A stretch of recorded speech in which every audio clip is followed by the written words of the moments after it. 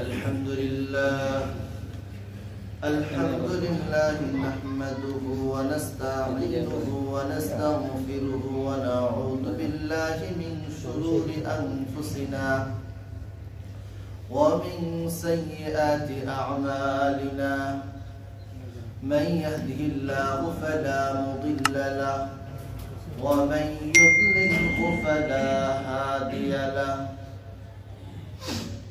ونشهد أن لا إله إلا الله وحده لا شريك له ونشهد أن محمدا عبده ورسوله أما بعد فأعوذ بالله من الشيطان الرجيم بسم الله الرحمن الرحيم يا أيها الذين آمنوا اتقوا الله ولتنظر نفس ما قدمت لغد واتقوا الله إن الله خبير بما تعملون وقال رسول الله صلى الله عليه وسلم لتتبعن سنن من كان قبلكم شبرا بشبر ذراعا بذراع حتى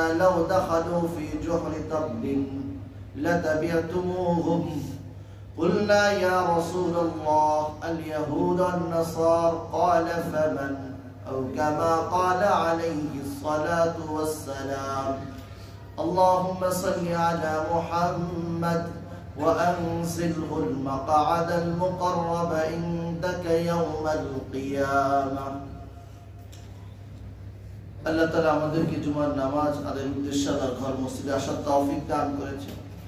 আমরা কালিমাতুশ শুকর আদায় করি আলহামদুলিল্লাহ। আল্লাহ তাআলা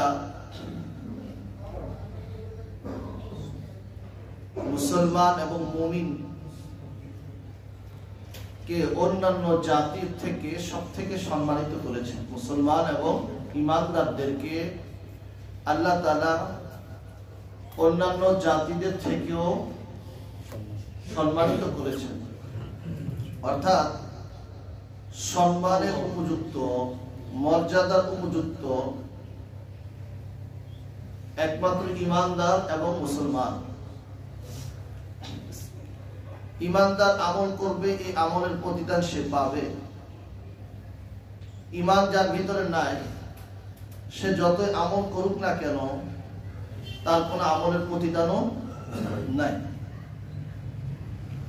একমাত্র সম্মান আল্লাহ তাআলা ঈমানদারকে দিয়েছেন, একমাত্র মর্যাদা আল্লাহ তাআলা মুসলমানকে দিয়েছেন। মান আমিলা সালিহাম মিন যাকারিন আও উনসা ওয়া হুয়া মুমিন ফালানুহইয়ান্নাহু হায়াতান তাইয়্যিবা। যে ব্যক্তি আমলে সালেহ করলো, চাই সে পুরুষ হোক চাই সে নারী হোক, ঈমানদার, ঈমান অবস্থায়, কি অবস্থায় সে কাজটা করেছে, ওয়া হুয়া মুমিন, সে মুমিন অবস্থায় সে আমলে সালেহ করেছে, চাই সে পুরুষ হোক চাই সে নারী হোক, আল্লাহ তাআলা তাকে পুরস্কার দান করবেন দুনিয়াতেও, আল্লাহ তাআলা তাকে পুরস্কার হিসাবে আখিরাতেও দান করবেন। দুনিয়াতে সে পাবে নগদ, আখিরাতেও সে পাবে। এটা হলো ঈমানদারের জন্য। ফালানুহইয়ান্নাহু হায়াতান তাইয়্যিবা। আল্লাহ তাআলা বলেন আমি তার জীবনকে সুন্দর করে দেব, হায়াতুত তাইয়্যিবা দান করব। তো হায়াতুত তাইয়্যিবার ব্যাখ্যা কয়েকটা এসেছে। আল্লাহ তাআলা তাকে পেরেশানি মুক্ত জীবন দান করবে। আল্লাহ তাআলা আরেক ব্যাখ্যার মধ্যে এসেছে আল্লাহ তাআলা তাকে হালাল রিজিক দান করবে। কি রিজিক? হালাল রিজিক আল্লাহ তাআলা তাকে দান করবে। তো এই পুরস্কার যেটা ঈমানদার পাচ্ছে, এটা ঈমান যার ভিতরে নাই সে এটা পাবে না। দুনিয়ার পুরস্কারটা পেরেশানি মুক্ত রিজকে হালালের মতো নিয়ামত, এটা আল্লাহ তাআলা একমাত্র ঈমানদারদেরকে দান করবেন। وَلَنَجْزِيَنَّهُمْ أَجْرَهُمْ بِأَحْسَنِ مَا كَانُوا يَعْمَلُونَ আর আল্লাহ তাআলা তাকে আখিরাতে জাযা দিবে, প্রতিদান দিবে। ইয়াউমিদ্দিন, কিয়ামতের দিন, প্রতিদানের দিন আল্লাহ তাআলা তাকে দুনিয়ার আমলের জাযা বদলা দিবে। তো দুনিয়াতে যেটা সে পাচ্ছে এটা হলো আখিরাতে মূলটা পাবে, দুনিয়াতে আল্লাহ তাআলা আংশিক তাকে দিল। আর মূলটা পাবে কখন? কখন পাবে বলেন? আখিরাতে। এটা কে পাচ্ছে? ঈমানদার। ঈমানদার মুসলমান সে পাবে দুনিয়াতে পুরস্কার, আখিরাতে বদলা। আর ঈমান ছাড়া কোনো মানুষ থাকবে, ঈমান নাই তার ভিতরে, সে এগুলো কিছুই পাবে না। আল্লাহ তাআলা আর আয়াতের মধ্যে আল্লাহ তাআলা বলেন, ইয়া আইয়ুহাল্লাযীনা আমানুত্তাকুল্লাহ, হে ঈমানদারগণ তোমরা আল্লাহকে ভয় করো। ওয়াল তানজুর নাফসুম মা কদ্দামাত লিগাদিন ওয়াত্তাকুল্লাহ, আগামীকালের জন্য তোমরা কি প্রেরণ করতেছো এটার দিকে তোমরা লক্ষ্য রাখো। আগামীকাল অর্থাৎ ভবিষ্যতে আমার আগামীকাল দুনিয়া থেকে যাওয়ার পরে আমার ওই সময়ের জন্য আমি কি প্রেরণ করতেছি, আল্লাহ তাআলা ঈমানদারদেরকে বলতেছেন এটার মধ্যে লক্ষ্য করো। ইন্নাল্লাহা খাবীরুম বিমা তা'মালুন, আল্লাহ তাআলা তোমাদের আমল সম্পর্কে জানেন। ওয়ালা তাকুনু কাল্লাযীনা নাসুল্লাহা ফাআনসাহুম আনফুসাহুম উলাইকা হুমুল ফাসিকুন, তোমরা হয়ো না ওই সমস্ত মানুষের মতো যারা আল্লাহকে ভুলে গেছে। যারা কাকে ভুলে গেছে? ওয়ালা তাকুনু কাল্লাযীনা নাসুল্লাহা, ওই সমস্ত মানুষের মতো হয়ো না যারা কাকে ভুলে গেছে? আল্লাহকে ভুলে গেছে, অর্থাৎ ঈমানদার না। তো তাদের যেহেতু তারা আল্লাহকে ভুলে গেছে, ফাআনসাহুম নাসুল্লাহা ফাআনসাহুম, আল্লাহ তাআলাও তাদেরকে অভুলা, আলা ভুলা বলে না, একবারে কোনো খবর টবর নাই। আল্লাহ তাআলাও তাদেরকে ওরকম বানায় দেয় যে খবর থাকে না। তারা যখন আল্লাহ তাআলাকে ভুলে গেছে, আল্লাহ তাআলাও তাদেরকে ওরকম ভুলামনা বানায় দেয়, আল্লাহর স্মরণ। উলাইকা হুমুল ফাসিকুন, এরাই হলো ফাসিক, এরাই হলো খারাপ, এরাই হলো গুনাহের মধ্যে লিপ্ত। এরপর আল্লাহ তাআলা বলতেছে, লা ইয়াস্তাবি আসহাবুন নারি ওয়া আসহাবুল জান্নাহ, যারা জাহান্নামী আর যারা জান্নাতি তারা কখনো এক বরাবর না। তো জান্নাতি কারা? ঈমানদার। কারা জান্নাতি? ঈমানদার। আর যারা জাহান্নামী আল্লাহ তাআলা বলে দিয়েছে, ওয়ালা তাকুনু কাল্লাযীনা নাসুল্লাহ, ওই সমস্ত মানুষের মতো হয়ো না যারা আল্লাহকে ভুলে গেছে। তো আল্লাহকে ভোলা বান্দা এরা ঈমানদার না। ঈমানদার হলো আল্লাহ স্মরণ তার মধ্যে থাকে। ঈমানদারের ভিতরে কি থাকে? ঈমানদারের ভিতরে কার স্মরণ থাকে? আল্লাহ স্মরণ থাকে। ঈমান যখন নিয়ে আসছে, সে বিশ্বাস করেছে কাকে? আল্লাহর তাওহীদ একাত্মবাদের উপর বিশ্বাস করে সে স্বীকারোক্তি দিয়ে মুসলমান হয়েছে, ঈমানদার হয়েছে, সে আল্লাহকে ভুলে না। আর যে সে যখন আল্লাহকে ভুলে গেল, সে আর ঈমানদার থাকে না। তো ঈমানদারদের ব্যাপারে আল্লাহ তাআলা বলতেছেন, লা ইয়াস্তাবি আসহাবুন নারি ওয়া আসহাবুল জান্নাহ, জাহান্নামী আর জান্নাতি তারা কখনো এক বরাবর না, তারা বরাবর না। আসহাবুল জান্নাতি হুমুল ফাইজুন, আর জান্নাতি যারা আছে তারাই হলো প্রকৃত সফলকাম। কারা সফলকাম? সফলতা অর্জন করেছে কারা? তো দেখেন আল্লাহ তাআলা এখানে ঈমানদারদেরকে বলেছেন ঈমানদার, আর যে ঈমানদার না জাহান্নামী আর জান্নাতি এরা কিনা এক বরাবর। আরেক আয়াতের মধ্যে সূরা বাকারার আয়াতের মধ্যে আল্লাহ তাআলা বলেন, ওয়ালা তানকিহুল মুশরিকাতি হাত্তা ইউমিন ওয়ালা আমাতুম মুমিনাতুন খায়রুম মিন মুশরিকাতিন ওয়ালাউ আ'জাবাতকুম, তোমরা মুশরিকাত মহিলা যারা আছে, তোমরা বিবাহ করতে মুশরিকা মহিলাকে বিবাহ করিও না। কাদেরকে বিবাহ করতে নিষেধ করেছে? মুশরিকা বেঈমানদেরকে তোমরা কি করিও না? বিবাহ করিও। বেঈমান হিন্দুকে কেউ বিবাহ করলো, তার বিবাহ বৈধ হবে। পুরুষ সে হিন্দুকে বিধর্মীকে বিবাহ করলো, তার বিবাহ বৈধ হবে না। আবার পুরুষ দুইজনের ধর্ম এক থাকতে হবে, মহিলা এবং পুরুষ দুজনের ধর্ম এক থাকতে হবে। মুসলমান আরেকজনকে কি করতে পারবে? বিধর্মী, তাকে বিবাহ করতে পারবে না। বিবাহ করলেও কি হবে না? না, কাজী সাহেব তো করাই দিয়েছে বিয়ে, আমাদের রেজিস্টার করছি, কোর্টে যায় করছি। কোর্টকে আরো যদি কিছু থাকে, সমস্ত কিছু করে নেন, তারপরও আল্লাহর খাতায় কি হয় না? এটা বিবাহ হুকুমটা কার পক্ষ থেকে? বিবাহ হুকুমটা কার পক্ষ থেকে? কোর্টের তো করে আনছি তো, আল্লাহর হুকুমের থেকে কোর্টের হুকুম বড় হয়েছে।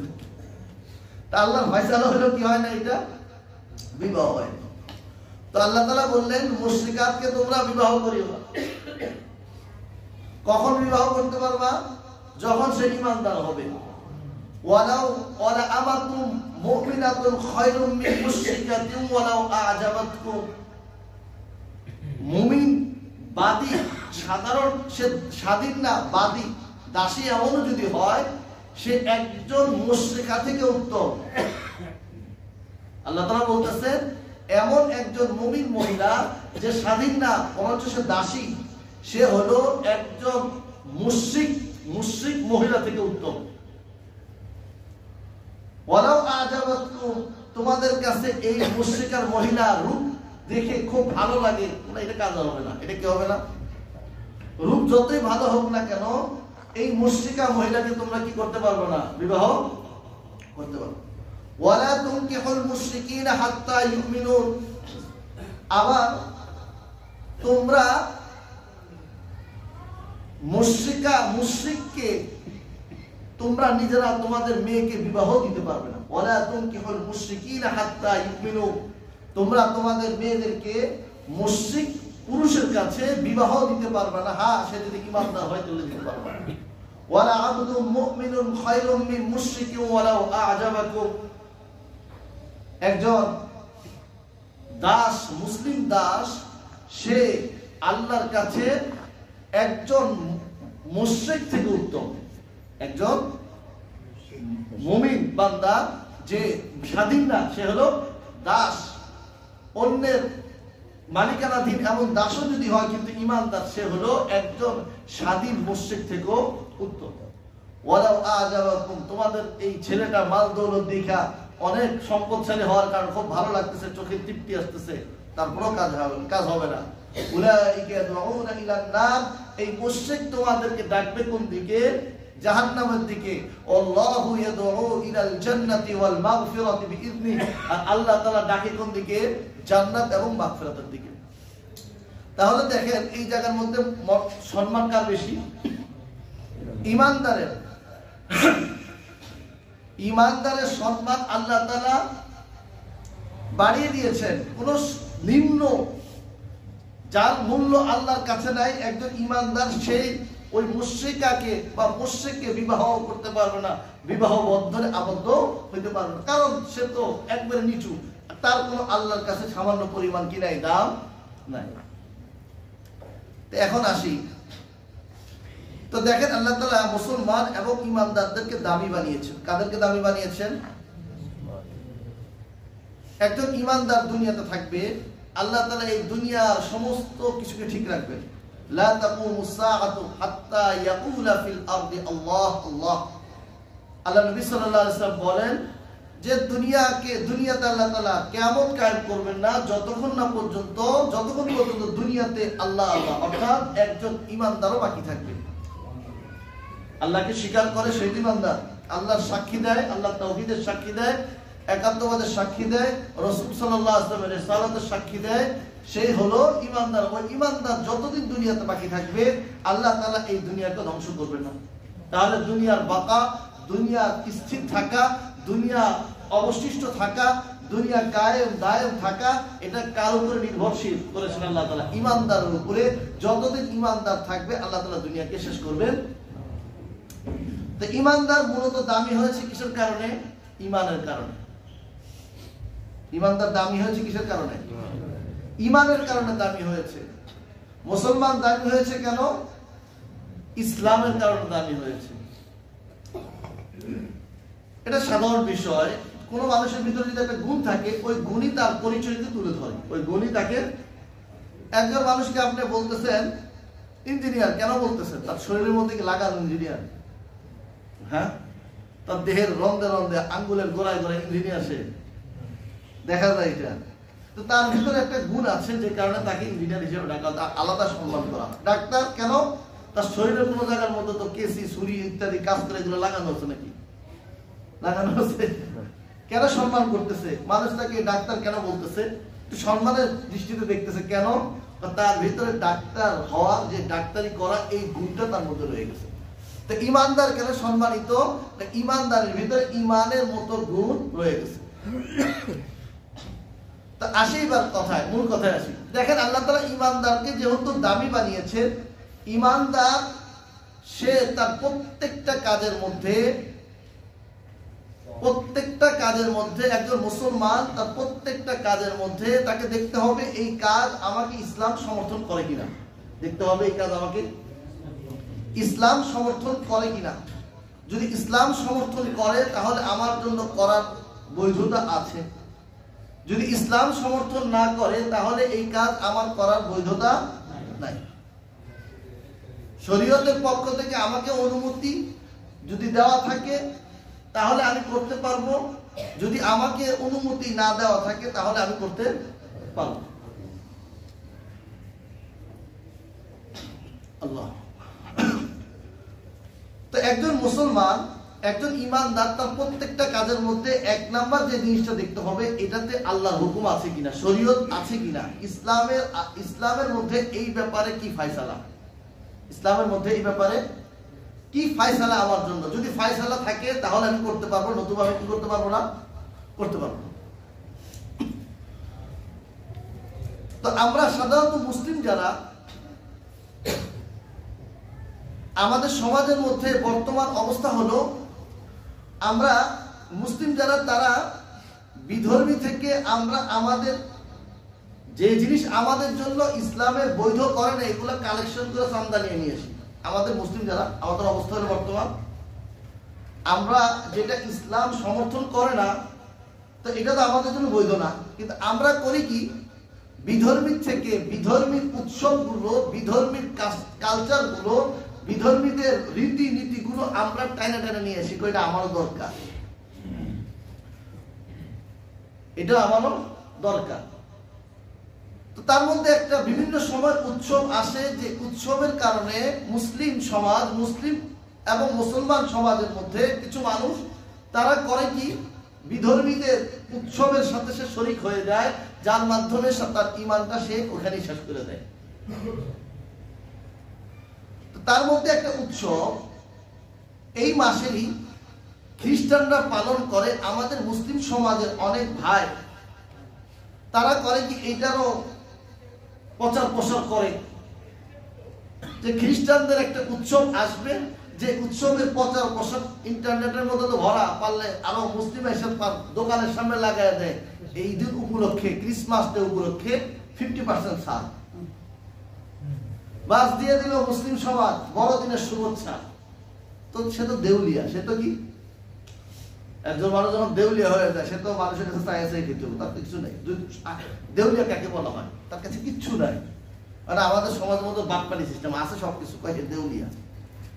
সে কি দুর্নীতির ভাগ ফকর, সে দেউলিয়া আছে, কিন্তু তার কাছে সবকিছু। দেউলিয়া যখন বলে দিল তখন তার কাছে কেউ চাইতে পারবে না, তার দেউলিয়া ঘোষণা করা হয়েছে, কিন্তু তার কাছে তো সব আছে। কিন্তু দেউলিয়া কাকে বলা হয়, কিতাবের মধ্যে এই সংক্রান্ত মাসলাগুলো যখন আসে, দেউলিয়া হলে ওই ব্যক্তি তার কাছে কিচ্ছু নাই। মানে পাওনাদাররা যদি তার কাছ থেকে নেয়, তার জামা কাপড়ও তো নেওয়া যায় না, যেহেতু এটা পড়তে হবে, তো জামা কাপড়ও তার শরীরে থাকে না। এ হলো দেউলিয়া। তা আমাদের মুসলিমের অবস্থা হলো, মুসলিম সমাজের কিছু মানুষের, সবাই না, কিছু মানুষ তারা তো এমনি দেউলিয়া। দেউলিয়া বলতে তাদের ইসলাম তাদের মধ্যে নাই, নামটা রাখছে মুসলমান। এখন উৎসব পঞ্চিমার মধ্যে আছে, কাদের আছে বা খুঁজে খুঁজে আইনা, এটা মুসলিমদের জন্য পালনীয়, মুসলিমও করতে পারে, কোনো সমস্যা, এটা কারাও করতে পারে বলে। আর এই কথা বলতে বলতে মুখে তো ছিল একসময়, এখন বাংলা পিঠের মধ্যে দেখেও দিছে যে এই বড়দিনটা একসময় এটা খ্রিস্টান ধর্মের মানুষের উৎসব ছিল, কিন্তু আস্তে আস্তে এটা পরিবর্তন হইতে হইতে এটা বর্তমানে সর্বজনীন সবার উৎসব, যে ধর্মের হোক না কেন। এমন তো কেউ লেখছে কিতাবের মধ্যে, বইয়ের মধ্যে লেখছে যে ঈদ এটা একসময় নবী সাল্লাল্লাহু আলাইহি ওয়াসাল্লামের যুগে মুসলিমের উৎসব ছিল, এটা কালের বিবর্তনে কালের পরিক্রমাকে আস্তে আস্তে হইতে হইতে এখন এটা হিন্দু মুসলিম বৌদ্ধ সবাই উৎসব হয়ে গেছে। এটা কেউ বলছে না, কোথায় পাইবেন কইরা? তো বড় দিনটা বানাইছে কাদের উৎসব? তো সর্বজনীন সবার উৎসব, এটা সবাই করতে পারে। কত বড় মুফতি সাহেব ফতোয়া দিয়ে দিছে, কি দিয়ে দিছে? মাসলা দিয়ে দিছে, এটা সবার উৎসব, সবাই করতে পারে। তো একটা বিষয়, প্রত্যেকটা ধর্ম তাদের প্রত্যেকটা কাজের মধ্যে কিছু বিশেষ রহস্য থাকে, যেটা বিশেষ কোনো কারণে তারা এই কাজটা করে থাকে, এছাড়া তো করে না। আমরা কেন ঈদ পালন করি? আমরা ঈদ কেন পালন করি জানি না, এটা তো হয়েছেই, এটা আলোচনা বহুতবার শুনছি। জাহিলি যুগে দুইটা উৎসবের দিন ছিল। নবী সাল্লাল্লাহু আলাইহি ওয়াসাল্লাম মদিনাতে যাওয়ার পরে সাহাবাদের বললেন, এই দুইটা দিন তোমরা কি পালন করো? তো বললো যে আল্লাহর নবী, আমরা জাহিলি যুগে এইগুলা করতাম। তো নবী সাল্লাল্লাহু আলাইহি ওয়াসাল্লাম বললেন, এর থেকে উত্তম কি আমি তোমাদেরকে দিব না? আল্লাহর নবী দেন। তো নবী সাল্লাল্লাহু আলাইহি ওয়াসাল্লাম বলে দিলেন যে এর থেকে উত্তম দিন আমি তোমাদেরকে দুইটা দিলাম। একটা হলো রোজা রাখবা, এরপর ঈদ পালন করবা, রোজাদারের জন্য খুশি। আরেকটা হলো রবের সন্তুষ্টির জন্য তোমরা কোরবানি করবা, যেটা ঈদুল আযহা। এটা কার পক্ষ থেকে আসছে? আল্লাহর পক্ষ থেকে। তো আমরা আমাদের প্রত্যেকটা উৎসব, এটা উৎসব আছে কিনা, কি কারণে আমরা করতেছি? রোজার ঈদ করতেছি কেন? পুরা রমজান মাস রোজা রাখছি, আল্লাহ তাআলা খুশি যে বান্দা ইবাদত করছে, তাকে একটা আজকে পুরস্কারের দিক, এই জন্য খুশি। দেখেন না, পরীক্ষা যখন দেয়, পরীক্ষা দেওয়ার পরে যেদিন ফলাফল ঘোষণা করা হয় এবং পুরস্কার বিতরণ অনুষ্ঠান, এখন সবাই চায় কিনা মনে মনে যে আমি পুরস্কারটা যেন পাই, খুশিতে আছে। এখন যে দেখে যে তার লিস্টে তার নাম আছে, তো সে খুশি হয়ে যায়। পুরস্কারের দিন দেখে তার 10 জনের মধ্যে তার নামটা চলে আসছে, সে খুশি হয়ে যায় কিনা? তো পুরস্কারের দিন। তো ঈদুল ফিতরটা হলো মুসলিম, সে পুরা রমজান মাস রোজা রাখছে, এখন তার হলো পুরস্কারের দিন, সে আল্লাহ তাআলার কাছ থেকে আজকে পুরস্কার পাবে। সে আল্লাহর কাছ থেকে কি পাবে? পুরস্কার। আল্লাহ তাআলা তাকে মাফ করে দিবে সকালবেলা। ঈদের দিন সকালে কি করে দিবে? সে যখন ঈদগাহ থেকে নামাজ শেষ করে যাবে, তো ফেরেশতার পক্ষ থেকে ঘোষণা করা হবে তোমাদেরকে মাফ করে দেওয়া হলো। আর কোরবানির দিন আল্লাহ নবী আল্লাহ তাআলা আল্লাহর হুকুমে যখন বান্দা জবাই করতেছে পশু, তো এই পশুর প্রত্যেকটা পশমে পশমে, প্রত্যেকটা রক্তে রক্তে শিং, এগুলো হাসরের ময়দানে আল্লাহর সামনে কি দিবে? সাক্ষী দিবে। রক্ত পড়ার সাথে সাথে তার সমস্ত এই রক্তটা মাটিতে পড়ার আগে আগে এটা কার কাছে চলে যায়? আল্লাহর কাছে।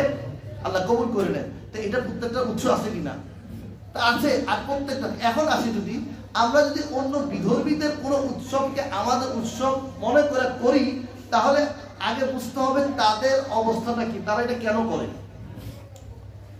একটা হলো বড়দিনের নামে যেটা করা হয় 25 তারিখ, এটা তারিখ এটা নির্দিষ্ট না, ঠিক না। ঈসা আলাইহিস সালামের জন্ম এই তারিখে হয়েছে, তাদের মধ্যে অনেক মতনৈক্য আছে। 25 ডিসেম্বর হয়েছে, এই ব্যাপারে তাদের মধ্যে বহু মতনৈক্য আছে, তাদের এই ঠিক নেই। কেউ বলে মার্চ, কেউ বলে মে, কেউ মানে ওদের ঠিক নেই। জন্ম তারিখ কেউ সাধারণত জন্ম তারিখ সাধারণত কেউ কি রাখে না, মনে রাখে না। এবার আসি ঈসাইদের মৌলিক আকীদা, খ্রিস্টানের মৌলিক আকীদা, যা তারা ভ্রান্ত হওয়ার পরে মৌলিক 6টা আকীদা তাদের মধ্যে আছে।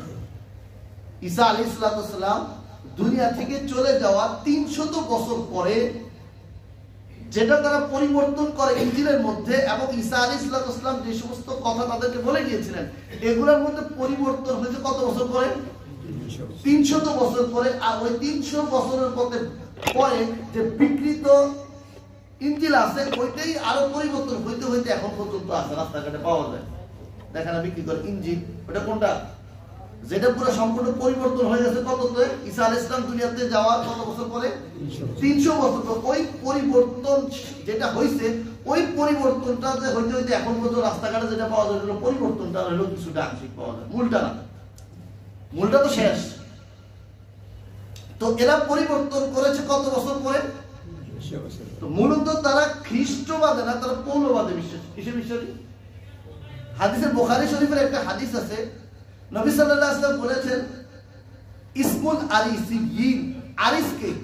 তো আরিস হলো ওই ঈসা আলাইহিস সালাম দুনিয়া থেকে চলে যাওয়া 300 বছর পর আয়েশা ঈসাইদেরকে তাদেরকে পথভ্রষ্ট করেছে, যারা ঈসা আলাইহিস সালাম প্রকৃত অনুসারী ছিল তাদের সাথে শত্রুতা সৃষ্টি করে ডিভাইড হয়ে গেছে, আলাদা হয়ে গেছে, ওই সমস্ত মানুষগুলো আলিসিন। আর এদেরই অনুসারী হলো ঈসাইরা, বর্তমান ঈসাইরা।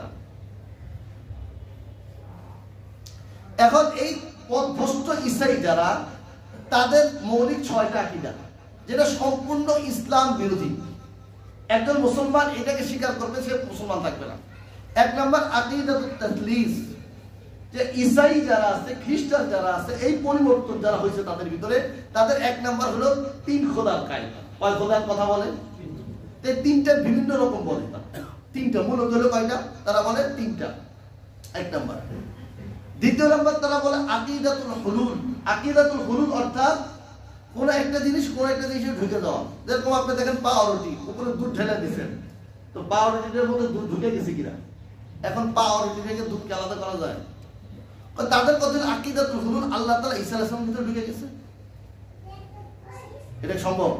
একজন মুসলমান বিশ্বাস করতে পারবে? হ্যাঁ। প্রথম 3টা যেটা আল্লাহ তাআলাকে 3 বলতেছে, তাওহীদ নাই এর ভিতরে, কি নাই? আল্লাহর সাথে কয়জন শরীক করলো? এখন একজন মুসলমান সে যদি এই বিশ্বাস রাখে আর তাদের রীতিনীতিকে বৈধ মনে করে আর এটাকে করাটা ঠিক মনে করে, তাহলে তারা কি এই 3টাকে সাক্ষ্য দিতেছে কিনা, এই 3টাকে মানে নিচ্ছে কিনা? তো সে মুসলমান থাকবে? হ্যাঁ। অকালু তাকাদার রহমান ওয়ালাদা লাকাদ জিতুম শাইআন ইদ্দা। আল্লাহ তাআলা শিরকের ব্যাপারে বলছে, যেহেতু আল্লাহর সাথে আরো 2জন মিলাই দিয়েছে, আল্লাহ তাআলা বলতেছে যে তারা আল্লাহর জন্য পুত্র সাব্যস্ত করেছে। লাকাদ জিতুম শাইআন ইদ্দা, তোমরা যে কাজটা করছে অত্যন্ত গর্হিত কাজ, এর থেকে গর্হিত কাজ হইতে পারে না। তাকাদুস সামাওয়াতু ইয়াতাফাত্তারনা মিনহু, এই কাজের কারণে আসমান ভেঙে যেতে পারে। আল্লাহর সাথে শরীক, এটা এত বড় শক্তিশালী এবং এত বড় খারাপ জিনিস। আল্লাহ তাআলা বলতেছে আল্লাহর সাথে শরীক করলে কেমন ধরে আসমান ভেঙে দিতে পারে। এই কথা বলার দ্বারা কি হতে পারে? আসমান ভেঙে যাওয়ার উপক্রম হয়ে গেছে। ওয়াতানশাক্কুল আরদু ওয়া তাখিরুল জিবালু হাদ্দা, মাটি মাঝখান থেকে ফেটে 2 ভাগ হয়ে যাবে, টুকরা টুকরা আসমান, টুকরা টুকরা মাটি ফেটে, ভূমিকম্প হয় না, উঁচা নিচু হয়ে যায়, ফেটে যাবে। আর পাহাড় তার স্থান থেকে লড়ে উঠতেছে, কোনটার কারণে? তারা যখন বললো আল্লাহ সন্তান আছে। তো যারা বলে যে 3টা আল্লাহ হলো 3জন, তো এইভাবেই বলে যে আল্লাহ সন্তান হলো ঈসা আলাইহিস সালাম। তো এখন একজন মুসলিম যখন এই কথা সে বললো যে মুসলিমের এই জিনিস, ঈসাইদের এই জিনিসটা, খ্রিস্টানদের এই জিনিসটা বৈধ, এটা করা যেতে পারে, তাহলে সে কেমন জানি এই কথাটাকেও সাক্ষী দিল। শুধু উৎসব টানবেন আপনি আর তাদের আকীদা টানবেন না। উৎসব কিসের উপর আসে? আকীদার সাথে আসে। এমনি তো চলে আসে না উৎসব, শুধু উৎসব আসতে থাকবে আর আকীদা আসবে না। তো 1 নাম্বার তারা কি বলে? আকীদাতুত তাসলিস, 3 খোদা। আর 2 নাম্বার হলো আকীদাতুল হুলুল, 3 নাম্বার আকীদাতুল কাফারা। ঈসাইদের দেখেন দুনিয়ার মধ্যে খ্রিস্টানরা এত বেশি মানুষের উপর জোর জুলুম কেন করতেছে? তাদের একটা আকীদা আছে, যেটা তারা বলে যে ঈসা আলাইহিস সালাম যখন দুনিয়া থেকে আসমানে চলে গেছে, উঠে গেছে, তখন আমাদের 14 পুরুষের যা গুনাহ আছে কিয়ামত পর্যন্ত আমাদের গোষ্ঠী যা আসবে সবার গুনাহ নিয়ে চলে গেছে। এখন আমরা গুনাহ করলে কোনো কি হয় না? আমাদের একবারে যা আসবে ভবিষ্যতে সবার গুনাহ নিয়ে একবারে উনি কি চলে গেছে, আসমানে চলে গেছে। তো তিনি যখন চলে গেল, আমরা গুনাহ নেই, আমরা গুনাহ করলে কোনো সমস্যা আছে? কারণ মা এবার সমস্যা নাই। তাদের এইগুলা, এই যে হত্যাকাণ্ড, পুরো বিশ্বব্যাপী অরাজকতার মূল হলো এই ইহুদি খ্রিস্টান। এই খ্রিস্টানদের আকীদা হলো ঈসা আলাইহিস সালাম তো আমাদের গুনাহ নিয়ে গেছে, এখন আমরা গুনাহগুলো গুনাহ হয় না। মদ্যপান, তারপরে জুয়া, যত ধরনের গুনার কাজ আছে, যত ধরনের গুনাহ আছে, সমস্ত গুনাহ করতেছে, কত নিয়ে গেছে গুনাহ, আর কি আমাদের গুনাহ আছে? 4 নাম্বার হলো আকীদাতুল মাসলুবিয়্যাহ। তাদের একটা আকীদা হলো ঈসা আলাইহিস সালামকে তারা শুলিতে চড়ায় মেরে ফেলছে। আল্লাহ তাআলার ঘোষণা, ওমা সালাবুহু ওমা কাতালুহু, তারা ঈসা আলাইহিস সালামকে শুলিতে চড়াইতে পারে নাই, তাকে হত্যাও করতে পারে নাই, বরঞ্চ তারা সন্দেহের মধ্যে আছে। তা আল্লাহ তাআলা কি খেল খেলছে এই জায়গার মধ্যে, তাদের আকল বুদ্ধি কেমনে ধরবে? কিন্তু পরক্ষণে যখন তা মারার পরে যে তাহলে তো আমাদের লোক গেল কই, আমাদের লোক গেল কই? তো এই যে আকীদাতুল মাসলুবিয়্যাহ, ঈসা আলাইহিস সালামকে হত্যা করা হয়েছে, এরকম বিশ্বাস কারা রাখে? খ্রিস্টানরা রাখে। এটা কি মুসলিম রাখতে পারে? আল্লাহ ফয়সালা হলো ঈসা আলাইহিস সালামকে আমি জীবিত আসমান উঠে ফেলছি, কিয়ামতের পূর্বে আমি আবার তাকে দুনিয়াতে পাঠাবো। আবার তাদের আরেকটা বিশ্বাস আছে যে ওই যে তাদের এই যে মাইরা ফেলছে, তো ঈসা আলাইহিস সালাম আবার আসবে, অর্থাৎ তারা বলতেছে আমরা মাইরা ফেলছি, আবার পুনর্জন্ম হবে কিয়ামতের পূর্বে। কিন্তু আল্লাহ তাআলা কি বলছে আমি জীবিত উঠেছি, কিভাবে দিবাবা দুনিয়াতে? তো তারা তাদের আরেকটা বিশ্বাস হলো আবার জীবিত করা হবে, পুনর্জন্ম, যেটা হিন্দুদেরও বিশ্বাস। একজন মানুষ মারা যাওয়ার পর আবার আসে, কুত্তার ভিতরে ঢুকে আসতে পারে, ছাগলের ভিতরে আসতে পারে, মুরগির ভিতরে আসতে পারে, মানুষের ভিতরেও আসতে পারে, কিন্তু আল্লাহ ফয়সালা কি আসতে পারে যে গেছে আর কিভাবে আসবে? ৬ষ্ঠ নাম্বার হলো ক্রুশ, এটাকে সম্মানিত মনে করা, তারা সম্মান মনে করে। এই ৬টা হলো তাদের মৌলিক বিশ্বাস। এখন একজন মুসলিম যখন এই সমস্ত খ্রিস্টানদের উৎসবের দিনগুলোকে সে উৎসব বানাবে, কেমন যেন এই ৬টা জিনিসকে সে কি করলো? গ্রহণ করলো। আর গ্রহণ করার মাধ্যমে সে বেঈমান হয়ে গেল। কি হয়ে গেল? কারণ একটাও তো আল্লাহ নবী সাল্লাল্লাহু আলাইহি ওয়াসাল্লাম বলেন, মান কাসসাওয়া সাওয়াদা কওমিন, যে ব্যক্তি ফাহুয়া মিনহুম, যে ব্যক্তি কোন কওমের কোন জাতিকে বাড়ায় দিল সে তাদের মধ্যে থেকে, ওয়ামান রাদিয়া বিমান আমিলা, আর তারা যে সমস্ত কাজগুলো করে এই সমস্ত কাজের উপরে সে সন্তুষ্ট আছে, আল্লাহ নবী সাল্লাল্লাহু আলাইহি ওয়াসাল্লাম বলেন ফাহুয়া, সে তো তাদের মধ্যে থেকে, সে কাদের মধ্যে থেকে? সে হলো তাদের মধ্যে কানা শারীকান বিমান আমিলা, সে সন্তুষ্ট থাকার কারণে সে কাদের শরীক হয়ে গেল। তো এই যে ঈসাইদের উৎসব, একজন মুসলিম এটার উপরে সন্তুষ্ট থাকে বা মুসলিম এটার সাথে এটা জড়িত হয়, নিচে সরাসরি করে বা এটার উপরে সন্তুষ্ট থাকে, আল্লাহ নবী বলে যে সে তো তাদের মধ্যে থেকে। আমরা কি এটা করতে পারি বলেন? করলে তো আমরা কাদের মধ্যে থেকে হয়ে যাব? ঈমান শেষ, কি হয়ে যাব বলেন? খ্রিস্টান হয়ে যাব, বেঈমান হয়ে যাব।